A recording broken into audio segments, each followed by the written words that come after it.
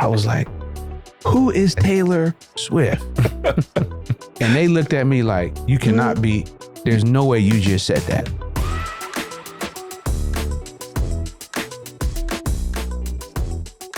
Welcome, everybody. I'm Peanut Tillman, and this is the NFL Players Second Acts podcast. And with me, as always, I got my guy, Roman Harper.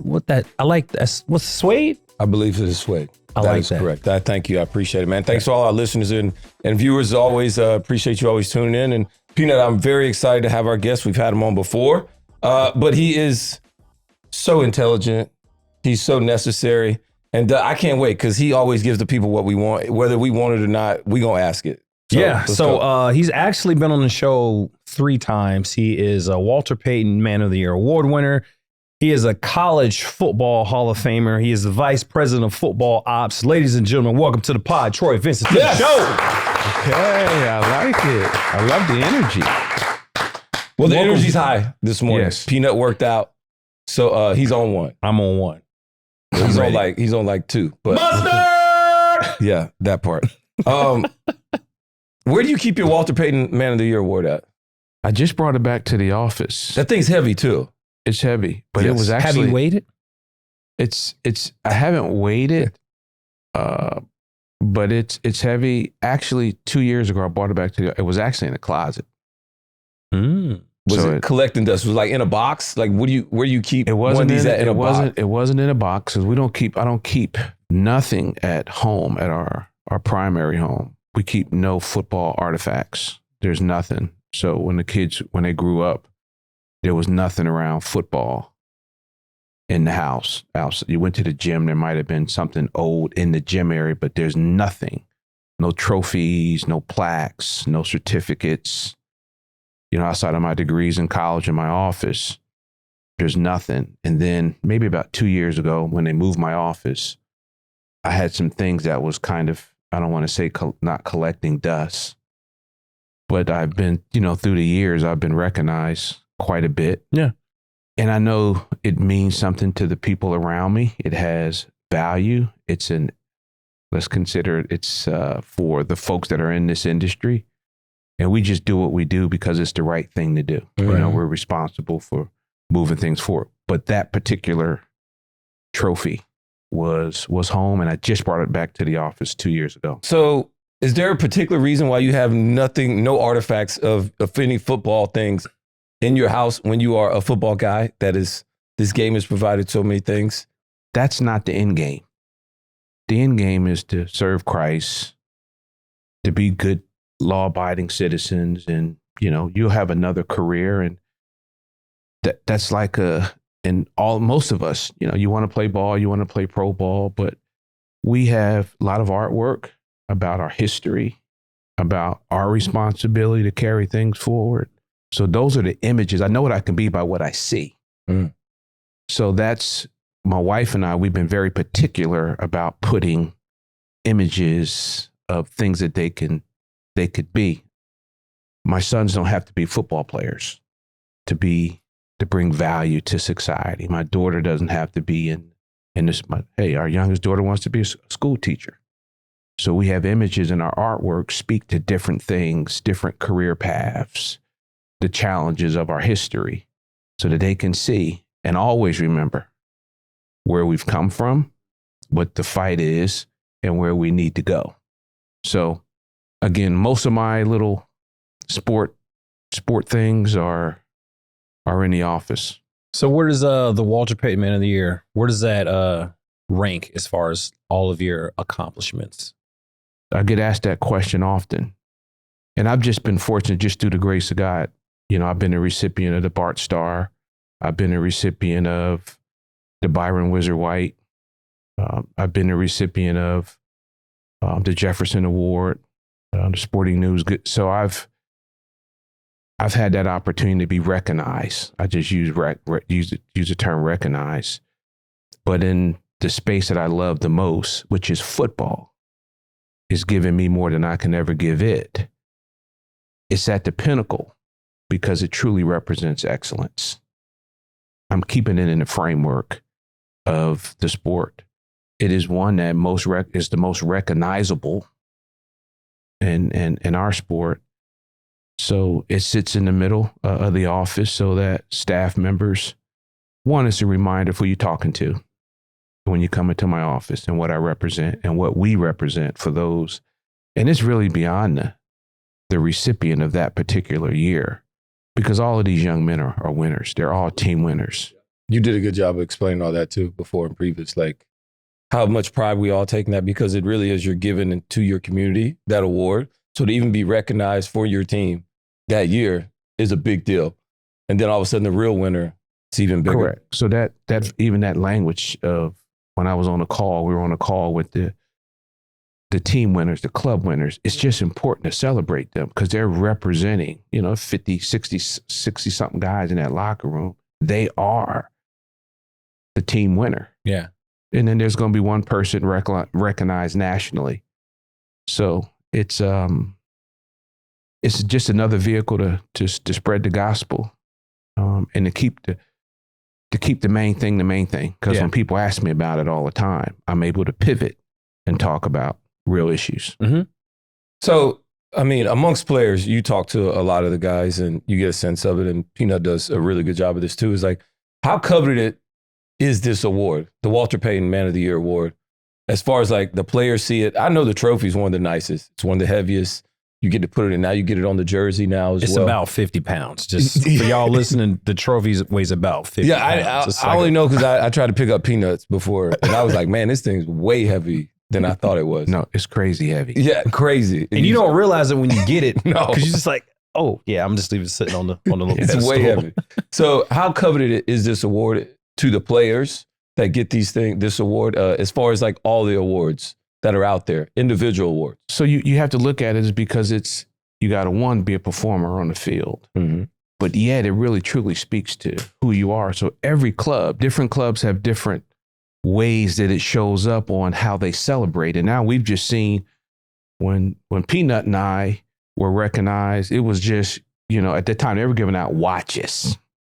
So I got a card and a watch, and outside of the Philly market and the Jersey market where I'm from, no one else, you didn't even talk about the other folks. But now it's a league-wide effort. I think people truly have an understanding of Connie, Jared, Brittany, the family.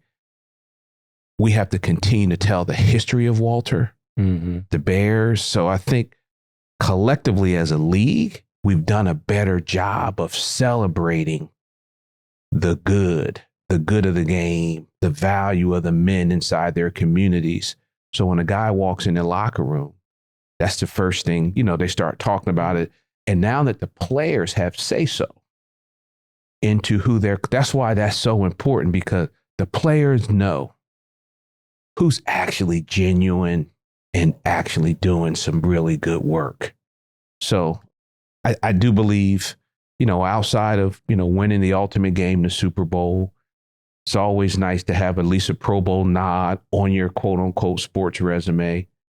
But when you start getting into the MOI, that Man of the Year, you're in like rare, 40-something thousand people, 70-something thousand, and you got like 48. When you just start looking at the history and then the men that have received it, I think each player in each locker room, they covet it. Like, what can I do? And we hope that we're inspiring other people, other young men as they come into the league. Your legacy, and Q, Anquan and I, we talk about this all the time at work. Your legacy is not about interceptions and touchdowns. Hey, look, I was part of a Eagles run in Philly that 4 championship games in a row lost. Nobody's talking about that. They talking about these, and they shouldn't.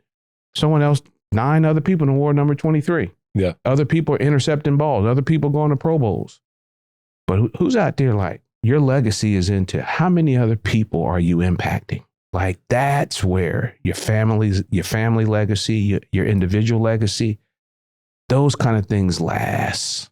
They're everlasting. So shout out to the Nationwide for putting up some coin and really putting the word out about the Man of the Year. But not only that, though, I wear jackets, blazers, sport coats, and I never have my little Man of the Year pin. You wear it on your lapel. So we were somewhere, I forget where we were, but Troy's real big on whenever you go out and you got a jacket on, you got to wear the little man into your pin. So when I was packing my suits to come here to do these interviews, I got my little. I didn't even know they had a little. Oh my God. And why it's important is because you're in a rare class. Yes. Like you're just in a rare, and it pops out everywhere. You're in the airport, they go. Now, even in office, which is a shame. Now I have to say this in full transparency. Even in the office, Batman, is that a cape? Well, it's the cape. You know what I'm saying? Yeah. So, but you go, excuse me, you work in marketing. You know, but it allows you, as we would just say, to build and to share. You in the airport and people are trying to figure out, easy, the shield's easy, the American flag's easy. And they're trying to figure that out. And then as soon as you say Walter Payton, and they go, yes, ma'am, or yes, sir, I was a recipient back in, 2002. Oh my God, I was such a big Walter fan. And then you can talk about, I have the opportunity each day to represent the family. A piece of Connie, and we tell this to Jared and Brittany all the time. When we leave, when we all show up, we're carrying a piece of their legacy as part of our own family legacy. Yeah. All right, let's pivot and get into the real serious question. So this is where we're going left. This is where we're going left. I can't Thomas in the corner, we're going left. Yeah.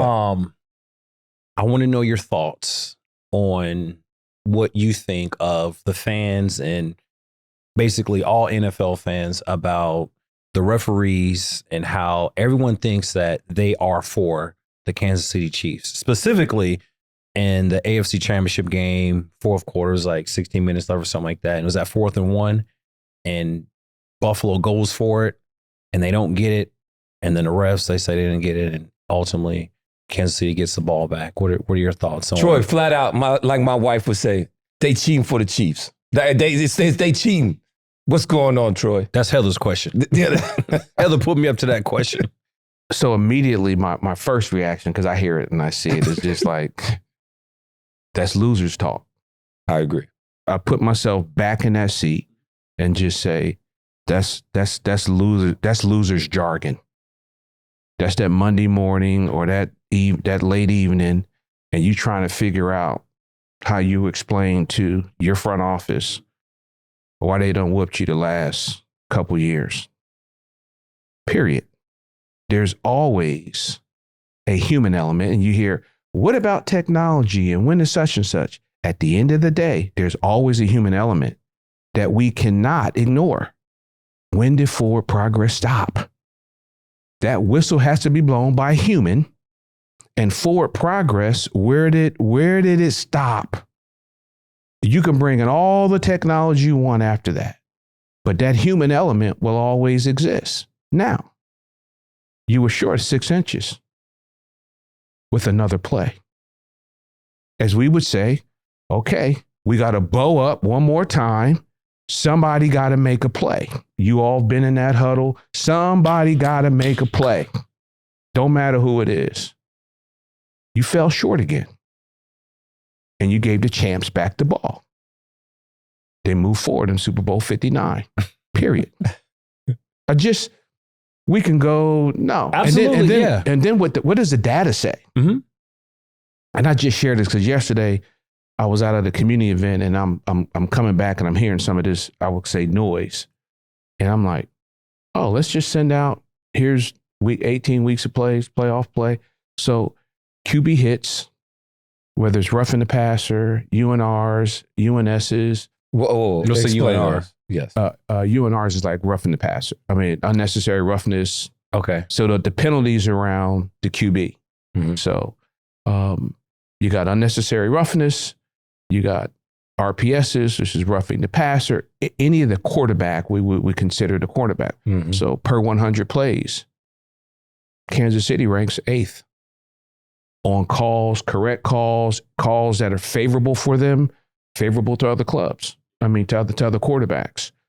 And you just look at all 32, they're right at number 8. And there's some other people there that's like, but these are the facts. Right.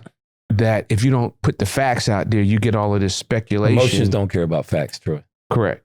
Correct. And then you let it ride. So what it did was it takes on its own. But we're watching an AMGC, which is Art McNally Game Day Central, and we just looking, and no, the players should be a faceless object. If the guy's offsides, he's offsides. They don't give a crap if he's a Hall of Famer, future Hall of Famer, plays for the Eagles, plays for the Colts. It doesn't matter. He's offside, he's offsides. Yeah. And hey, if you see it, call it. If it's not clear and obvious, leave it alone. Here's something I think fans don't know or want to know. How are refs graded? Do they, if I get, say, 2 or 3 bad calls Great question. in this game, do I get the ref next week or do I get benched? Or No, great how does that question. work? Great question, Peanut. So you have 2 areas that we look at most.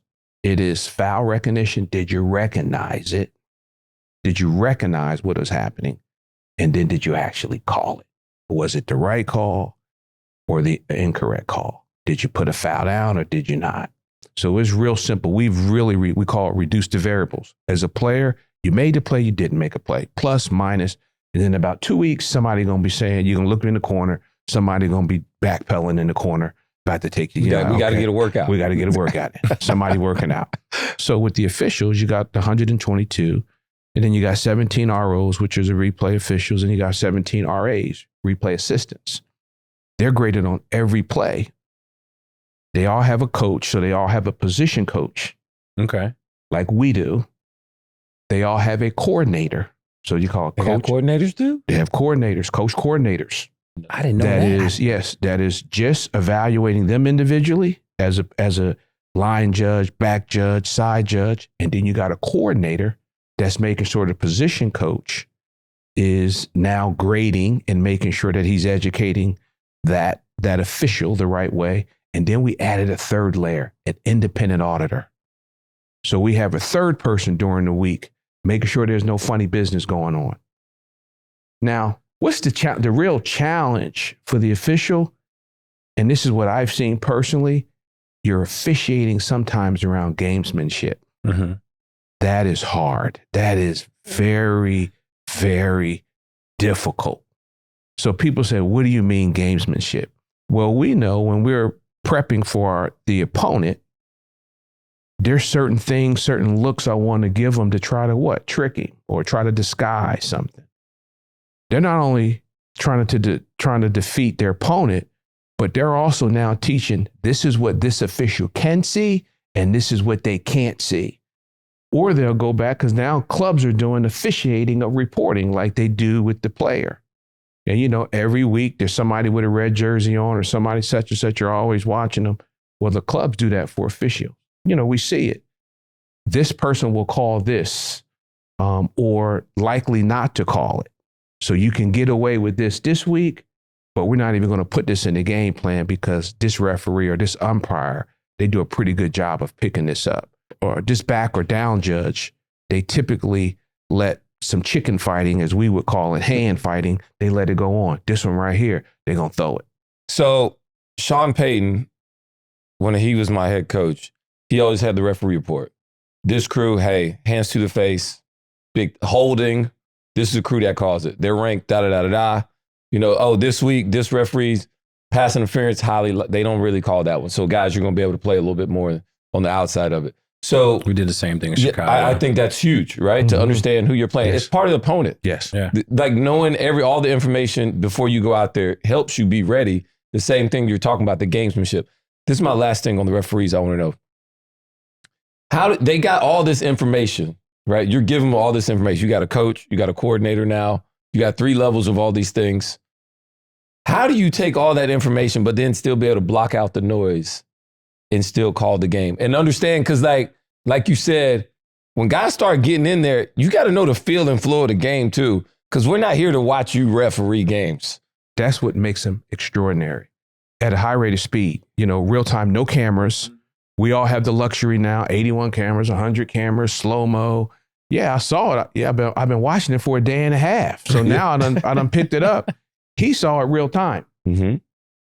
Overall, I just was looking at this last week as I was speaking to the commissioner. So we have an average of 90% recognition rate. So the foul count, then we talked about the actual recognition, and then now did you throw it? They sit around 88 to 90%. We had three crews that was 100 in both categories. Those are the ones you're going to see this Sunday. I was just going to say they got to be. So, and they're not crews. And, people say, well, why don't the crews? And Coach Payton was one that thought that, man, the crew consistency, which I appreciate that thought, but they are looking to get into postseason play. They want to be right. Yeah. They want to be right. But what we see in the championship, and in particular, the Super Bowl, you are seeing, like Ron Tope, the very best of. He is recognizing at a clip of 100%. And every foul he throws is 100% with no assistance. So I want you to think about that. Yeah. So kudos. I've had again, working with them every day, seeing, and they just block it out. Yeah. So, with their mic, they're live with all of, and you could just imagine what's coming out of some of these coaches' mouths when they go over to say, hey, go tell coach, pick up, he don't have to challenge this. We got it, such and such. And it's blah, blah, blah, blah, blah, blah. I mean, they're going at it and they just block it out and get ready for the next snap. I like that. I would hate to be that line judge, though, because that's the one that catches it. Yes. Right? And what we're asking them to do now. So, halfway through the season, I just have to share this. Halfway through the season, they like, what you want us to do with all of this fighting? Like, we getting ourselves hurt. We saw, right. we lost an official, Arizona, San Francisco, a playoff official, breaking up a fight, tore his hammy up. So when you're trying to officiate a game, officiate around gamesmanship, we got them doing 100,000 things on the medical side and making sure you tell the coach this and making sure you do that. They just do it. They do an extraordinary job. Yeah, I like that. What are the every year? And I was trying to tell Rome earlier. I'm fortunate enough to be on these Zoom calls with you, and we talk right before the season and we talk after the season. And there are probably a good 20, 25 guys on these Zoom calls that we go through. What are the top priorities for this coming off season? Kickoff. Okay. If you can remember, it was last year was only a 1 year only rule. Mm-hmm. So that dynamic kickoff with the setup zone, it was only a one where we're going to see the concussions. What were we trying? We were trying to go get and lower that concussion rate. We did that. There was 332 competitive plays introduced back into the game, meaning live action, not a ceremonial play. Mm-hmm. So the foot being in the game is a critical part of the game. That is, you got three phases. We've all been taught three phases. Mm-hmm. Offense, defense, and special teams. If you win either of the two, more than likely you're going to win. The outcome of that game is going to be favorable to you. Right. The foot is back in the game with the dynamic kickoff. So a year ago, we had a return rate of 20%. Mm-hmm. Leaving out, we're close to 30, I think close to 34, 36, somewhere. So high 30s. It's a field position change. Start drives are now 29-yard line. Unlike the 24, 25, we go 5 yard. Oh, yeah, this is a game in inches. So think about our quarterbacks getting the ball on the 30. So that 1st and 10's on the 30. The likelihood of you scoring punts are down because drives are starting earlier. Now people are going for it because the closer I get to the 50, now the odds say I need to go ahead and push it. Like 50, 59 plays of plus 40 yards. So the kickoff, we got some cleaning up to do there. So that's top priority. So that the kickoff and making that a permanent rule probably reduced. We had a couple touchbacks. There was a 20, the 35, and 40 if you kicked out of bounds. Let's make it easier for everybody. Let's make it simpler for the fan. Maybe just 2 touchback spots. You kick it to the sideline, it comes back to the 35 or 30. So the membership will have to discuss that. The one I have at the top of the list that was very unsettling for me personally this year was sportsmanship. We were up 133%. And is that just like me pointing at you? Or no, that is. So we were 52% in taunting and 133% in violent gestures. Wait, what? Oh, like the gun shooting and lifting up my shirt to show gang signs, the gun, and it's just so. This This is where that's all we have is our game. Yeah. I'm not trying to tell you who you. It's not about where you from. It's about where you at. And right now, you're a professional in the National Football League. And I've had heart-to-heart conversation, passionate, emotional conversation, because all we got is a game, man. You want to grab your little crotch and stand over top of somebody, the stuff that I'm seeing, like spitting on people, poking people in the eye, and a lot of those things we miss, but we can pick up during the week. So I'm going to repeat that, 133% up. And a lot of this is we're not seeing it on Sundays. The flag come, but you guys are seeing it, and we send it to FedEx. Yes. Yeah. Okay. Yeah. That's so what people don't realize that. Yeah, I didn't realize that at all. People don't realize that. been No, that I many- got a FedEx one time, and I was like, wait, the game was Sunday. Why am I getting this letter? It comes on Thursday. And you all saw this. It's like a face I mask. hope we can just have good candid. Like when I saw we had the suspension in the Houston, Tennessee game earlier with the linebacker, Shazier. And then we watched the wild card game. When I see a player touch a coach, I don't come from that school. It's hard for me to process that. It's hard for me to even think about the veteran leadership on that sideline in that locker room allowing that to happen. So these are the little things that we need to clean up, and then replay assist. So the sportsmanship is one. That's at the top. That's something that we just all got to agree on. Every club, every head coach, and we see it. We see what head coaches have control of that sideline. We know it. We see it. I've seen 2 coaches this year actually confront players for some bull jive on the field. That's Dan and that's John. And I seen, 3 and Mike T. Coach Campbell. Hey, man, that was a 15-yard stupid penalty. Yeah. That's hurting the team. And it was a selfish act. So we got to clean that up. I talked about the kickoff and then replay assists. We learned last year by expanding replay assists when we have that roughing the passer to the head and neck area, that forcible contact, because oftentimes with the gamesmanship, if we can look at it and go, he didn't touch him, but he looks like the flop. I need that call. I need that call. Yeah, same thing on the sideline. That hit the runner out of bounds. Was he in? Was he out? So we expanded replay assist in that area of just the roughing the passer to the head or neck area, runner on the sideline, and the third one's the intentional grounding. But we feel like there's some areas that we know we do it really well. We can pick it up, face mask, kicking. What specifically about face mask? So remember, a rake is not a face mask. When you see the hand and it keeps moving, even though the head, them gloves sticky. So they touch anything, they're going to move the helmet. Oftentimes we've seen where the actual defender is grabbing inside of the shoulder pad, but when he grabs and he pulls, the head comes back. So it appears to be, it looks real time as though it was a face mask. And we know that's a big foul. We can pick that up within 5 seconds. Nope, it's clean, especially if there's fabric on the field. So we feel like there's about 8 categories that we feel like that we can come and clean up again to be efficient and be accurate in that call to clean up. But we want to still make sure the game is still flowing along. Is there any concern about extending the season from 17 games to 18 games, specifically tarnishing or tainting some of these records, right? Saquon, he could have, broke the record, but he didn't play. You got Mike Evans. He had the 1,000 yards, but he broke. He tied Jerry Rice's record.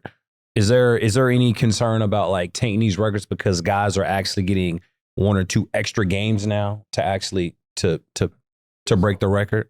I think it tells you the level of how superior those individuals were from the past. Oh yeah. When you start, I hear the term graded GOAT all the time. We have commercialized this. This guy's going to be a Hall of Famer. This guy's a GOAT. Y'all stop it.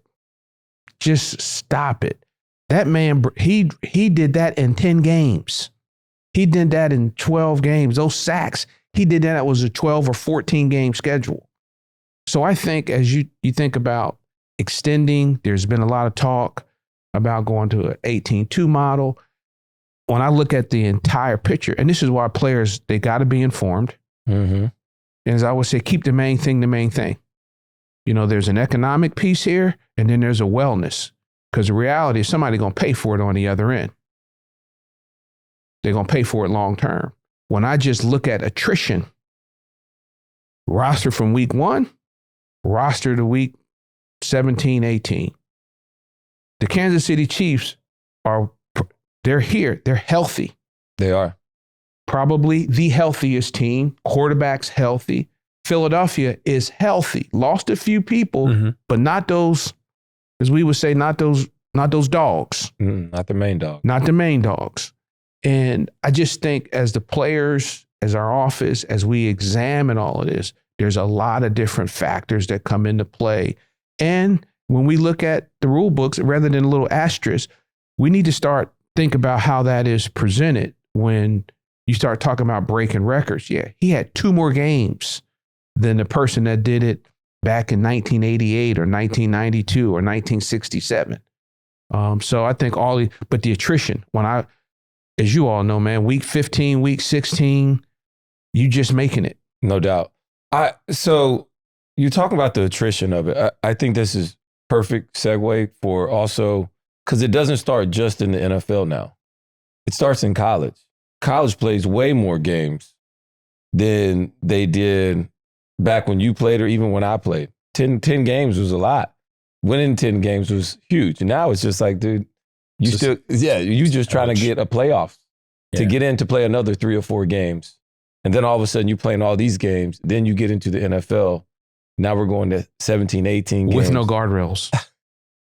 So when I say no guardrails, when I look at the way some of the colleges practice, I'm looking, with the monitors, with the chips. And I can remember like it was yesterday. I went to my son's practice when he was at Ohio State. And I'm looking they got on this big old screen, guys running 23, 24 miles an hour. And if you're not hitting that top speed, like Urban was going nuts.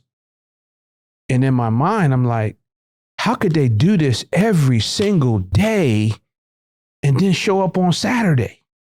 But this was this mindset, and it was like, go, go, go, go, go, go, go. And at the college level, it's about quantity, not quality.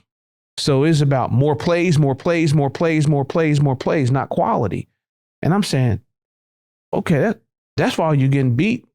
And you banged up. These jokers can't make it they get into the Final Four or the championship game. But you can do that though, because you only got a guy for 4 years. Like I think it's a different mentality. I don't agree with it. I totally don't agree with it. But that guy is coming. That guy at Bama, that guy at LSU, that guy at Ohio State, and those programs like that. Yeah, that's your pro. So you start putting out. We said, well, he don't got a lot of tread on. No, a lot of tread off that tire. Yeah. I want to know this too. This year's Super Bowl, we got Patrick Mahomes, Jalen Hurts playing quarterback. The second time it's had 2 African-American black quarterbacks competing for a Super Bowl. First time was these same 2 quarterbacks 2 years ago. At what point does this no longer even become part of the conversation? Because it was 3 out of the final 4. And now this is just what the league is. Personally, and many of us, that's a normal conversation. I agree now, right? You're looking at, just starting black quarterbacks in week 1. What do we have? 16, 17. This is the most we had this year. Yeah, like it every year. But again, what you see in college is what you're going to see here. They're winning championships. They don't have to prove themselves about being smart. Can they run the offense? The face of this league is black quarterbacks. We've normalized that conversation. The conversations we're not talking about is areas like OC. Coaches. A year ago, National Football League, and to this date, you still don't have a black offensive coordinator. How could you not have that? The last time that happened, I think, was 1988. So you're taking steps back there. Damn. You look at the offensive line, those areas that lead to head coaching, offensive line, tight end coach. People say, what about the wide receiver? No. and I'll say this, they're managing the room. Stop it. We know that running back coach knows blocking assignments. He knows where everything is, run pass, just like the QB. He has to be a QB. Mm-hmm. Where protection is, where the slide protection, so on and so forth. That person is never considered to be an OC or a head coach, even a wide receiver coach. But we know when you look at the makeup of those coaches, they're managing the room. What do those individual rooms look like from a running back position? What do those rooms look like from a defensive running backs and wide receivers? No differently than the DB. Right. Mm-hmm. You're going to put people in the room to manage the personalities in the room, not for career track. So we still got a lot of things that we need to, tremendous progress, but we have a lot of areas. But we got to call it out. You know, when we talk about head coaching track, O-line, tight ends, quarterback coaches. So, but the quarterbacks, we've normalized that, man, and that'll continue. Yeah. So you had a similar career path as myself.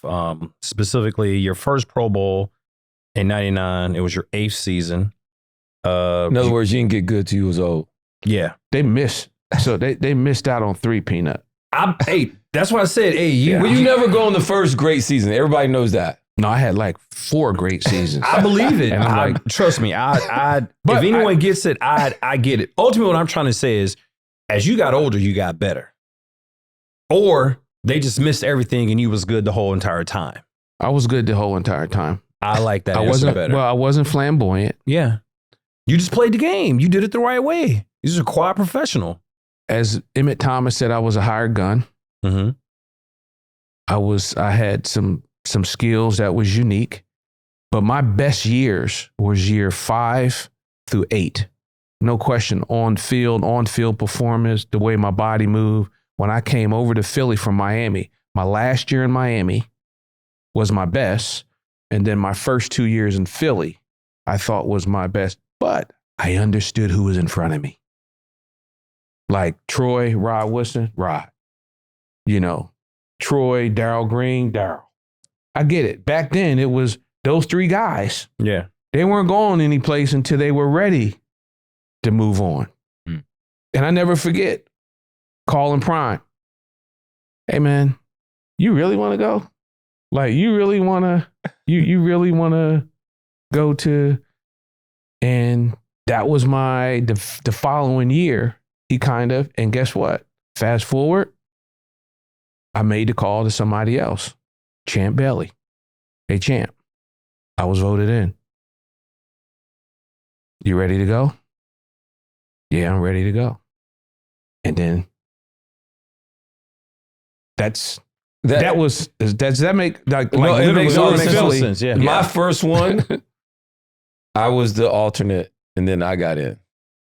Because one of the older guys was like, let the young boy go. And then I went. And so you're right, it does. And I'm glad that the vets in the league understand that part of it, because the real guys know. But now I'm not taking anything away.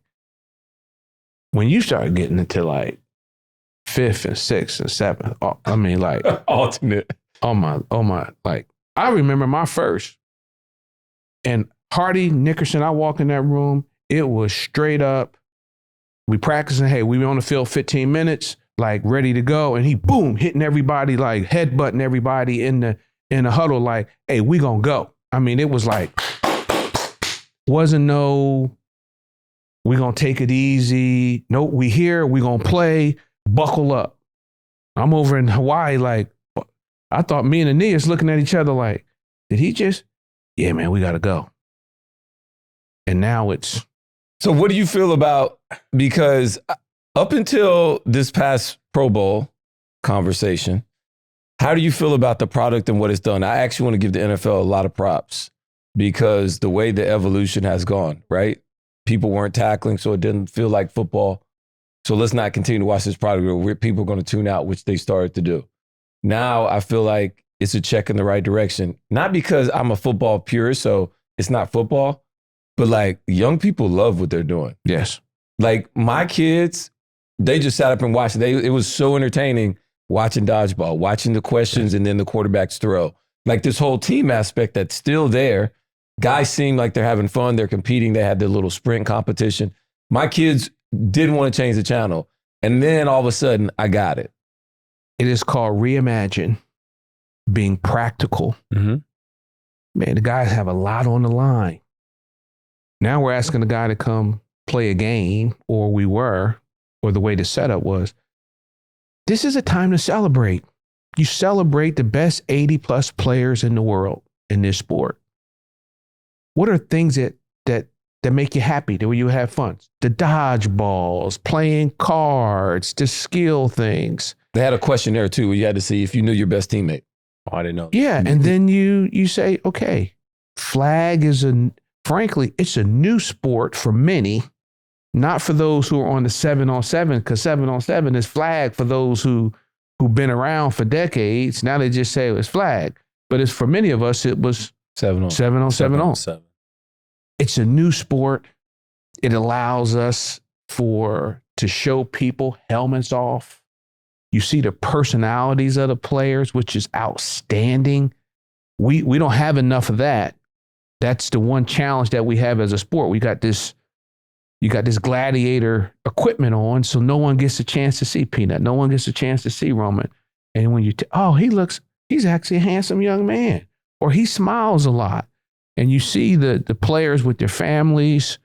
And now we have to keep reimagining with that week. I think that we have an opportunity to celebrate the young student athletes, because right now all talk is around NIL and money. We forgot about the core of why we do what we do. Yeah. Mm-hmm. Man, we're student athletes. If you think the money thing is going to make you happy, man, I'm telling you, it's going to be like you're going to hit a wall of bricks here sometime shortly, you and the family members, everyone that you're carrying. But let's continue to encourage the young men and women, the young student athletes, the quality of an education. So to celebrate, talking to the National Football Foundation, hey, would you consider doing like your Doak Walker Award?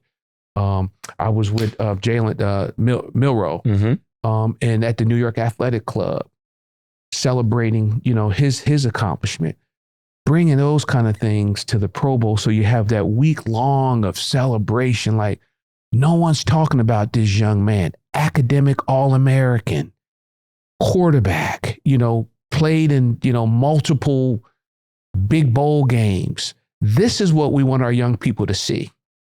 That would be awesome. So just, those are the kind of things that we're just thinking about. Have honors during that time where it just becomes a week-long celebration of the young student athlete, both boys and girls, men and women, the collegiate. So just asking, are there any of those celebrations that we can pull into that week and make it a week-long celebration?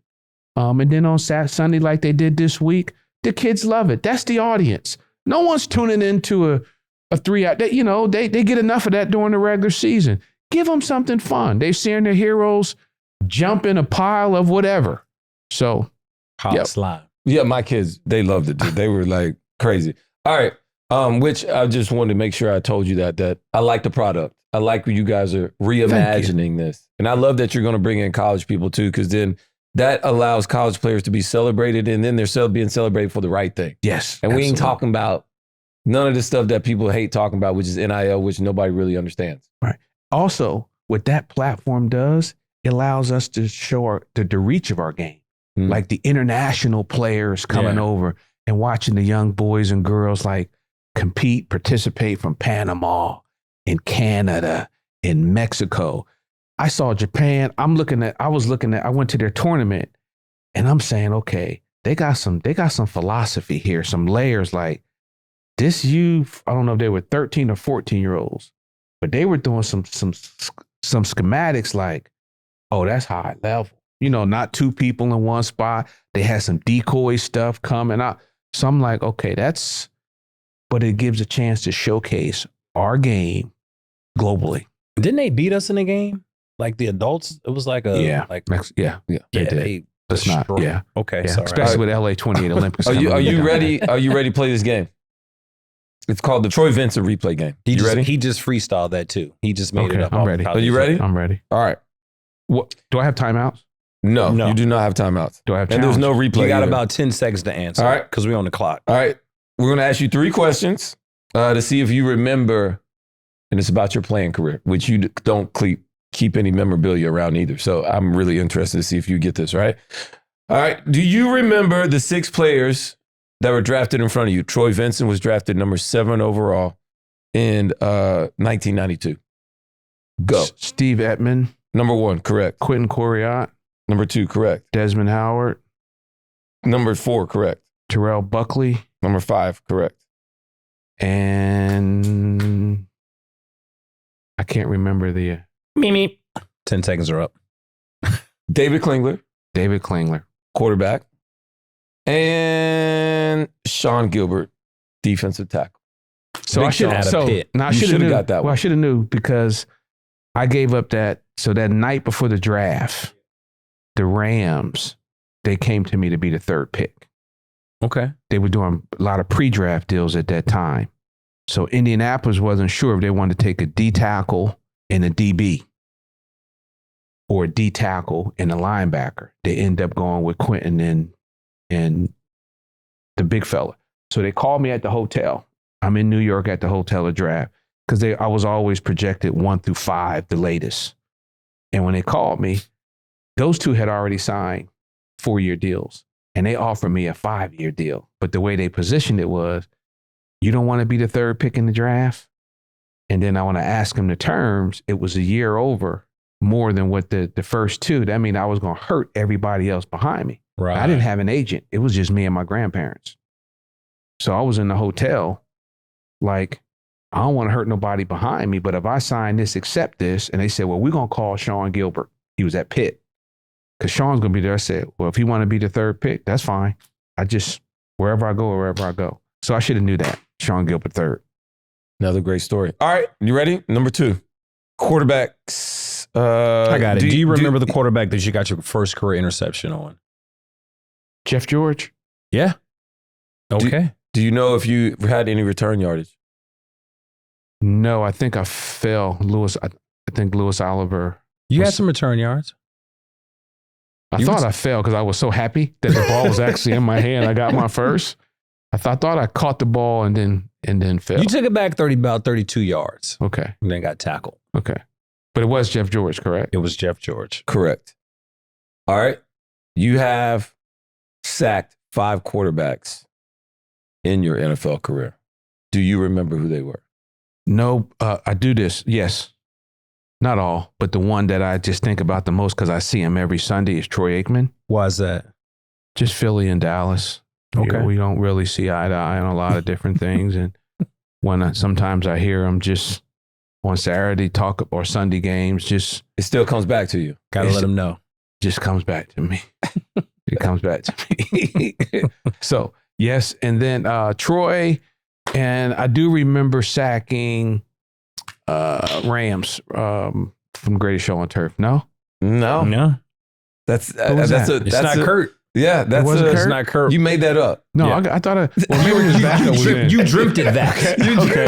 I thought I got Kurt. It's the I got somebody reimagination. friend. Maybe that was totally. Bobby. Okay. But those only actually I didn't have many sacks. They didn't blitz me often. Me neither. Here we go. You ready? Who was it? I'll help you out. Trent Dilfer Tampa. 99 Mhm. season. in '99. Kerry Collins, 2000 season. Ryan Leaf. 01 season. Chargers? Yeah, I mean, who else did he play for? Oh, no, I'm just trying. Okay. Okay. And you got him 1.5 times. Okay. All right. And then Luke McCown. 04. Who was Luke playing for? Oh, who is he playing for in 04? Thomas in the corner got to look that up for us. Okay. We had to check this. We had to check the numbers on that one. But yeah, you got him in Okay. 04. Luke. Okay. See? Thank you for that. Yeah, we actually taught you something. Yes, today, no, which a normally ton. doesn't happen when you come in here. No, a ton. You got more sacks than me. I only got 3.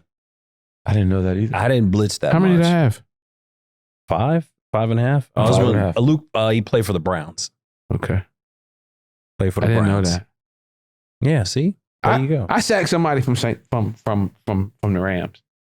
From Bro, St. this Louis. is totally, this has to be preseason. Okay. This Yeah. is not, You know this is preseason not don't official. count. No, preseason This don't is count. not official. Okay. here. Okay. Okay. He gonna go back and make preseason stats. Yeah, count this now. is not. Yeah, it's not Get official. that sack game up. Yeah, you're not it. Well, Troy, man, thank you. I You're want to off the hot thank seat. you all. I really enjoy listening to you all share the game. And when I was asking earlier about just how are we doing, because you all talk about ball, you talk about what people are doing, but you keep the main thing, you go back to ball. Yeah. And that's so important. And it's always great to see my colleagues do well. You're all extremely professional. Business is business, but you do a hell of a job just honoring and celebrating your colleagues. So I just thank you all for what you do. I appreciate that, man. I do too. He called us colleagues. I like know, that. I didn't even know I was on Troy's level, but I didn't- appreciate it. I didn't You know what I'm either. saying? Oh, no, y'all I like that. We colleagues. No, we now. represented the game together. Well, Yeah. before we get out of here, what is the one simple statement I can give to all the Kansas City referee haters out there, like my wife, so I can without just hitting them with the numbers? Because not everybody wants to hear the numbers, Troy. Like they don't want that. They don't want it to make sense. Losers talk. That's loser talk. That's Yeah. what he said. That's Yeah, loser that's- talk. There's no referee or officiating favoritism towards the Chiefs. It's when someone's beating you so consistently, that's where you will go. That's where people will go. Is you look for a reason to point to Mm-hmm. why you lost. And that's every team they've beat. I get it on Monday morning from the coach to GM, and then sometime whether that's the club, that club owner. Yeah. Something, you lost a game, we lost a game because of this particular call or this call. No, you lost a game because you had X amount of X, Y, and Z. You couldn't stay on sides. So that's what I would just say, that it is. I got it. Just that's that Drake talk. And Sound like Drake. Just you taking L's. this is my last thing, because last year we talked at the Super Bowl, Taylor Swift was a big deal. And you were like, I don't even really know. And then remember he talked like Yes, he didn't really know. I remember. Didn't. And I will be honest, the NFL she hasn't shown up on the TV screens as much. And so is that for any particular reason, or you don't even? I don't know. I don't control the broadcast trucks and where their cameras go. But when I spoke to you all last year, I was 100% transparent. Yeah. It irritated me earlier on in the year Yeah. because I'm like, I get a camera count of, okay, how many cameras I got on the head coach, how many cameras I got on the white hat, Yeah. how many cameras I got on the QB. And I'm looking, why we keep going there? And I'm saying, commissioner not there. So usually the box, the camera go to, I'm like, commissioner not there. The president is not there. Who's this? And during one of the timeouts, one of the breaks, one of my colleagues was like, that's Taylor Swift. I was like, who is Taylor Swift? And they looked at me like, you cannot be, there's no way you just said that. That's what I said to you. Like literally, I'm like, who is she? What's she saying? Country? Like what is she saying? And they was like, no, she's a star. Then I doubled down and did something. I was like Beyonce? I'm trying to make a correlation. I'm serious. I'm right in between a break. I got like 4 minutes, but I can tell my colleagues didn't want me to say more in the room because I was like, hey, why we keep putting the camera there? Like what's... And They there was trying a to bunch save of you. people, they were trying to save They me. would try to save you. It was like, yo, that's Taylor Swift. I was like, okay. Troy, appreciate you coming on the pod. Get us out of here, Peanut. Third You got it, man. time. I appreciate you. We good. Share, like, subscribe, follow. iHeartRadio app, Apple Podcasts. Check us out. NFL YouTube channel. Oh, yes. It's the new one. It's the new one. Tell a friend and tell a friend to what? Tell a friend, baby. Hey, I'm Peanut. That's Ron. That's Troy. This is the NFL Players Second Acts Podcast. We out.